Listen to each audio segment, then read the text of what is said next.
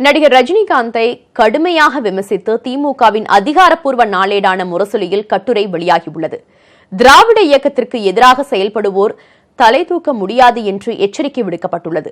புதிய அரசியல் கட்சியை தொடங்குவதற்கான பணியில் தீவிரம் காட்டி வரும் நடிகர் ரஜினிகாந்த் அண்மையில் அறிக்கை ஒன்றை வெளியிட்டிருந்தார்.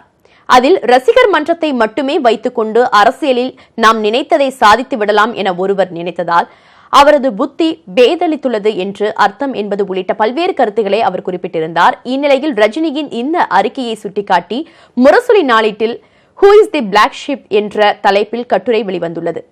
அதில் தங்களையும் தங்களது திரைப்படங்களையும் கொண்டாடிய ரசிகர்களை இவ்வாறு இழிவுபடுத்துவது நியாயமா எனவும் ரஜினியின் ரசிகன் கேள்வி எழுப்புவது போல் கருத்துக்கள் இடம்பெற்றுள்ளன. அரசியலுக்கு வருவது பதவி வாங்க அல்ல என்றால் சட்டப்பேரவை தேர்தலில் எல்லா இடங்களிலும் போட்டியிடுவோம் என அறிவித்தது ஏன் என்ற கேள்வி எழுப்பப்பட்டுள்ளது. இறுதியில் திராவிட இயக்கத்திற்கு எதிராக செயல்படுவோர் யாரும் தலை தூக்க முடியாது என்றும் ரஜினிகாந்துக்கு எச்சரிக்கை விடுக்கப்பட்டுள்ளது.